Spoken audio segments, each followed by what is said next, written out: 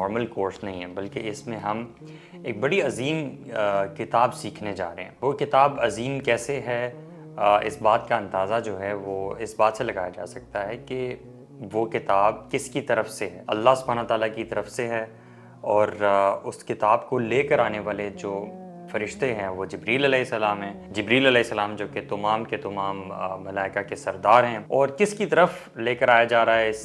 کلام کو، وہ رسول اللہ صلی اللہ علیہ وسلم جو کہ تمام انبیاء کے سردار ہیں۔ اور وقت کے اعتبار سے رمضان کے مہینے میں، رمضان کے آخری عشرے میں، اور ایک ایسی رات کو لے کر آیا جا رہا ہے جو کہ بہت مبارک رات ہے، بلکہ لیلۃ القدر خیر من الف شہر کے الفاظ آتے ہیں قرآن میں، یعنی کہ اس رات کی عبادت جو ہے وہ 1000 مہینوں کی عبادت سے بہتر ہے۔ یعنی ایک حساب کے مطابق 83 ایئرز کی ورشپ سے زیادہ فضیلت والی رات ہے یہ۔ تو اس کتاب کے حوالے سے اتنی ساری چیزیں جو ہیں وہ بہت خاص ہیں، بہت اسپیشل ہیں۔ تو اس شخص کے بارے میں کیا خیال ہے جو یہ قرآن سیکھنا چاہے گا، دوسروں کو سکھانا چاہے گا، اپنی زندگی میں اس پر عمل کرنا چاہے گا؟ ایسا کیسے ہو سکتا ہے کہ وہ شخص پھر اسپیشل یا لکی نہ ہو؟ سو ماشاءاللہ if you are here already, تو اس کا مطلب ہے کہ آپ اللہ تعالیٰ کے ان چنے ہوئے لوگوں میں سے ہیں جن کو اللہ تعالیٰ یہ شرف بخشتے ہیں کہ وہ اللہ تعالیٰ کے کلام کو سیکھ سکیں، قرآن کو پڑھنا سیکھ سکیں، اس پر عمل کرنا سیکھ سکیں۔ اللہ تعالیٰ فرماتے ہیں وَهَذَا كِتَابٌ أَنزَلْنَاهُ مُبَارَكٌ، یہ کتاب ہم نے نازل کی جو کہ مبارک کتاب ہے۔ فَاتَّبِعُوهُ، اس کی پیروی کرو، وَاتَّقُوا، اللہ تعالیٰ سے ڈرو، تقوی اختیار کرو، لَعَلَّكُمْ تُرْحَمُونَ، تاکہ تم لوگوں پر رحم کیا جائے۔ تو قرآن کی عظمت کا، امپورٹنس کا اندازہ اس بات سے بھی لگایا جا سکتا ہے کہ یہ کتاب جو ہے وہ کس رب کی طرف سے ہے۔ سو ٹیکنگ کورس فار نوئنگ اللہ سبحانہ تعالیٰ، اللہ تعالیٰ کا تھوڑا سا تعارف ہونا کہ اللہ تعالیٰ کی ذات کون ہے، کہاں ہے، کتنی رحیم ہے، کتنی بڑی ہے، when we say اللہ اکبر تو اس کا کیا مطلب ہوتا ہے، وغیرہ وغیرہ، یہ چیزیں بھی انسان کو اس چیز کی ویلیو کا احساس دلاتی ہیں کہ جو اللہ تعالیٰ کا پھر کلام ہے وہ کتنی زیادہ امپورٹنس کا حامل ہے۔ اور اس حوالے سے بے شمار احادیث بھی اللہ کے نبی صلی اللہ علیہ وسلم سے ہمیں ملتی ہیں۔ فار ایگزامپل ہمیں یہ حدیث ملتی ہے کہ قیامت کے دن جب کہ گہما گہمی کا سماں ہوگا، کنفیوژن کا دور ہوگا، لوگ بھاگ رہے ہوں گے، تو قرآن پڑھنے والا جو شخص ہے وہ اللہ تعالیٰ کے مقرب فرشتوں کے ساتھ کھڑا ہوگا۔ ایک اور حدیث میں اللہ کے نبی صلی اللہ علیہ وسلم نے فرمایا کہ قرآن پڑھنے والے، پڑھانے والے، سیکھنے والے اللہ تعالیٰ کے چنے ہوئے لوگوں میں سے ہیں۔ سبحان اللہ۔ اور ایک اور حدیث میں قرآن مجید کی بکثرت تلاوت کرنے والے بہت زیادہ قابل رشک لوگ ہیں۔ اور اس چیز کا اندازہ اس بات سے بھی لگایا جا سکتا ہے کہ جس محفل میں قرآن پڑھا جاتا ہے، پڑھایا جاتا ہے، جو شخص پڑھتا ہے، اللہ تعالیٰ کے مقرب فرشتے اس کے پاس اترتے ہیں اور اس کے ارد گرد ادب سے اور احترام سے کھڑے ہو جاتے ہیں، اور اللہ تعالیٰ ایسے لوگوں کا ذکر اپنے ہاں فرشتوں کی مجلس میں بھی کیا کرتے ہیں۔ تو یہ سب وہ باتیں ہیں جن سے تھوڑا سا یہ احساس ہوتا ہے کہ واقعتاً there is something special about this book and there is indeed something very special about those جو کہ یہ قرآن سیکھتے ہیں اور سکھاتے ہیں۔ اس بات کا تھوڑا سا اندازہ اس بات سے بھی لگایا جا سکتا ہے کہ جو ہم سے پہلے لوگ گزرے، انبیاء تو چلے انبیاء سبحان اللہ، ان کے بعد جو صحابہ کرام رضی اللہ عنہم اجمعین، ان لوگوں کی زندگیاں کیسی تھیں؟ جیسا کہ حضرت عبداللہ بن مسعود رضی اللہ عنہ کے بارے میں آتا ہے کہ ان کا شوق اور قرآن سے رغبت بہت زیادہ تھی، جیسا کہ سارے صحابہ کی ہی تھی، اور رات کو کھڑے ہو کر قرآن پاک کی بہت کثرت کے ساتھ تلاوت کرنا یہ تو صحابہ کرام کا معمول تھا۔ تو ایک رات حضرت عبداللہ بن مسعود رضی اللہ عنہ تلاوت کر رہے تھے، اور اللہ کے نبی صلی اللہ علیہ وسلم مسجد میں داخل ہوتے ہیں اور ان کی تلاوت سننے لگتے ہیں، اور ان کی تلاوت سنتے رہتے ہیں، اور اس کے بعد باقی صحابہ کرام کی طرف متوجہ ہو کر کہتے ہیں کہ اگر کوئی شخص یہ دیکھنا چاہتا ہے کہ قرآن کس لہجے میں نازل ہوا اور یہ سیکھنا چاہتا ہے تو اسے چاہیے کہ عبداللہ بن مسعود رضی اللہ عنہ کی تلاوت کو فالو کرے۔ سبحان اللہ۔ اسی طرح سے ہمیں مثال حضرت عبداللہ بن عمر کی ملتی ہے، سبحان اللہ، کہ ان کا شوق اور رغبت قرآن سے اتنا زیادہ تھا کہ وہ ایک ہی رات میں مکمل قرآن کی تلاوت کر لیتے ہیں۔ اللہ کے نبی صلی اللہ علیہ وسلم کو جب یہ پتہ چلا تو انہوں نے یہ کہا کہ کم از کم 1 مہینہ میں قرآن کی تلاوت ختم کیا کرو، لیکن انہوں نے کہا کہ اللہ کے نبی میں تو اس سے زیادہ تلاوت کر سکتا ہوں۔ تو اللہ کے نبی صلی اللہ علیہ وسلم نے ان کو کہا کہ اچھا تم 10 دن میں کر لیا کرو۔ انہوں نے پھر سے کہا کہ میں اس سے بھی زیادہ کر سکتا ہوں۔ اللہ کے نبی صلی اللہ علیہ وسلم نے کہا کہ اچھا تم 7 دن میں کر لیا کرو،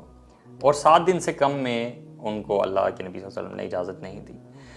اس بات سے یہ ظاہر نہیں ہوتا کہ صحابہ کرام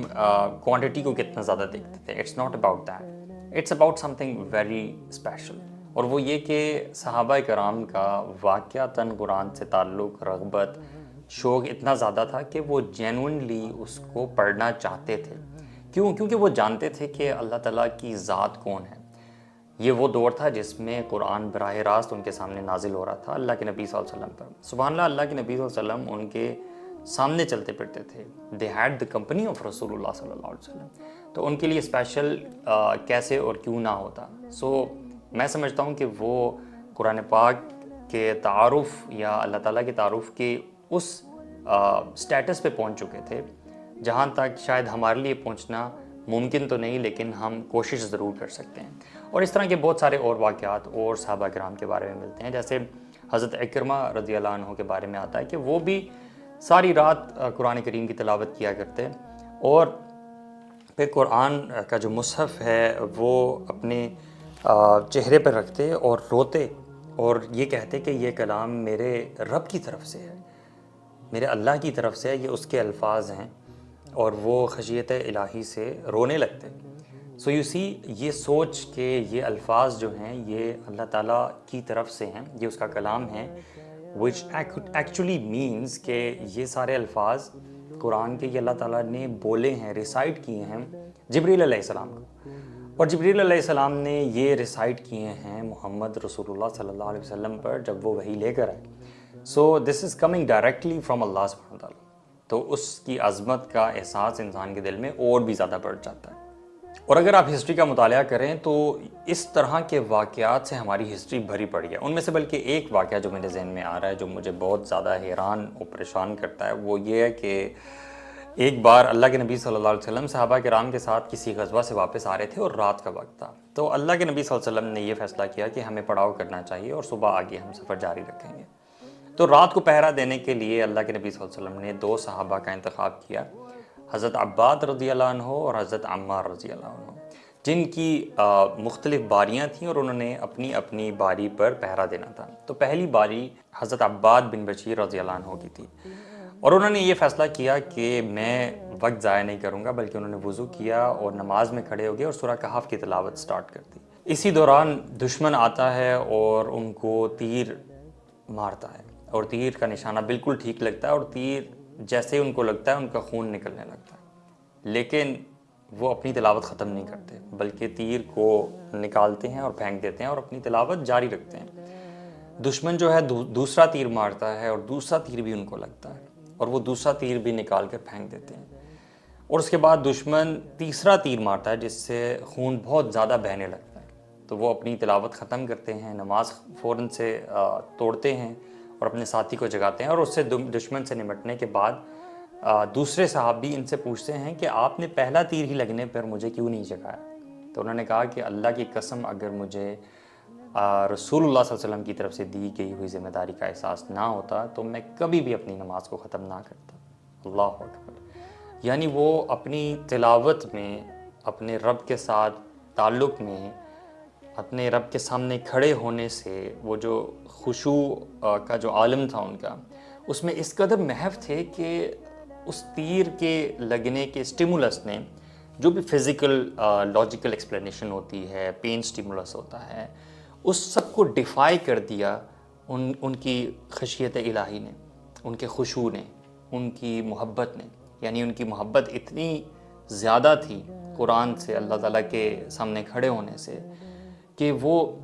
ڈومینیٹ کر گئی اس پین کو، وہ اس پین پر حاوی ہو گئی، اور ان کو اس پین کا کچھ احساس نہیں رہا۔ اللہ اکبر! یہ کیسے لوگ تھے؟ بڑی عجیب سی بات سننے میں اور سمجھنے میں لگتی ہے، لیکن واقعتاً وہ کوئی عام لوگ نہیں تھے، وہ بڑے خاص لوگ تھے، جو کہ مزید خاص ہوئے اپنے اللہ سبحانہ تعالیٰ کے ساتھ تعلق میں اور قرآن کے ساتھ محبت میں۔ اس کے علاوہ بھی رسول اللہ صلی اللہ علیہ وسلم کی سیرت جب آپ پڑھتے ہیں تو یہ پتہ چلتا ہے کہ تقویٰ اور زہد اور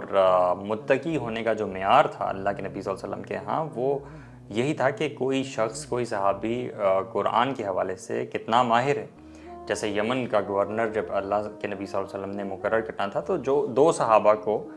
اللہ کے نبی صلی اللہ علیہ وسلم نے چنا، ایک حضرت معاذ بن جبل رضی اللہ عنہ اور دوسرا ابو موسیٰ اشعری رضی اللہ عنہ، اور دونوں وہ صحابہ ہیں جن کا قرآن کے ساتھ تعلق بہت گہرا تھا۔ تو اللہ اکبر، اس طرح کے جو واقعات ہیں وہ تو سیرت میں بھرے پڑے ہیں، جن کا مطالعہ کرنے سے کم از کم میں آپ کو یہ فرینکلی بتاؤں گا کہ موٹیویشن ضرور ملتی ہے کہ قرآن کے ساتھ ہمارا تعلق جو ہے وہ کیسا ہونا چاہیے، کیونکہ آٹومیٹیکلی انسان جو ہے وہ کمپیریزن کی اسٹیٹ میں چلا جاتا ہے کہ وہ لوگ ایسے ہوا کرتے تھے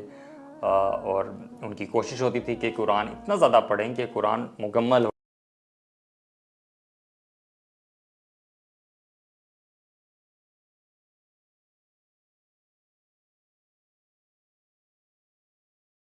ہو جاتا تھا ایک رات میں، اور ہمارا حال، ہمارا تعلق قرآن کے ساتھ کیسا ہے، اور ہمارا کتنے عرصے میں ایک قرآن جو ہے وہ کم از کم ریسیٹیشن کی حد تک مکمل ہوتا ہے، کیونکہ میننگ کی دنیا تو ایک اور ہے جس کے بارے میں ہم بالکل ضرور بات کریں گے۔ اس کے علاوہ قرآن کے فضائل اور تاثیر کی بات کی جائے تو اللہ تعالیٰ قرآن میں فرماتے ہیں کہ شفاء لما فی الصدور، قرآن جو ہے وہ شفا ہے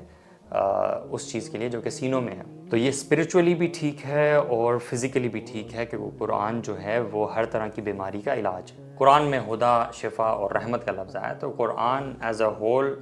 it's a miracle, and it really is a miracle of رسول اللہ صلی اللہ علیہ وسلم، اور ایسا میریکل جو کہ قیامت تک آنے والے انسانوں کے لیے قائم رہے گا۔ ایک اور سوال شاید یہ بھی پیدا ہوتا ہے کہ کیا قرآن کا علم حاصل کرنا، قرآن کو سمجھنا وغیرہ وغیرہ، کیا یہ فرض ہے یا یہ چوائس ہے؟ تو ایک بڑی زبردست حدیث ہے کہ قیامت کے دن قرآن جو ہے اللہ تعالیٰ اس کو قوت عطا فرمائیں گے کہ وہ بول سکے گا، بلکہ اس کو ایک کریکٹر کی شکل دیں گے، اور حدیث میں الفاظ آتے ہیں حجتاً لک او علیک، کہ قرآن جو ہے وہ حجت ہوگا، ایک دلیل ہوگا، ایویڈنس ہوگا، یا تو تمہارے حق میں یا تمہارے خلاف۔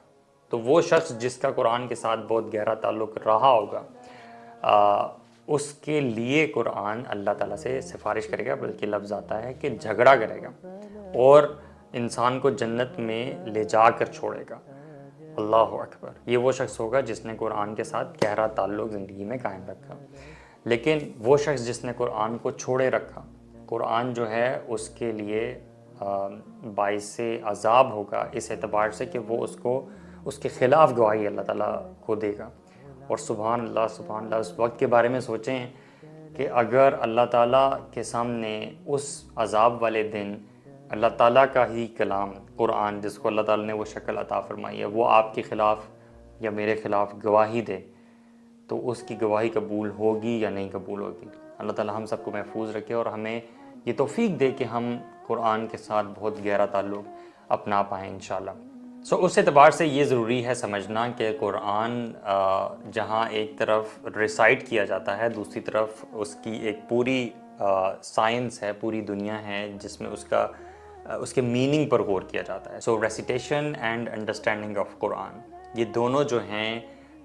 ساتھ ساتھ چلتے ہیں، اور دونوں کے ثمرات جو ہیں وہ اپنے اپنے ہیں۔ تو ہمارا یہ جو کورس ہے انشاءاللہ، اس میں ہم فوکس کریں گے قرآن کی ریسیٹیشن پہ،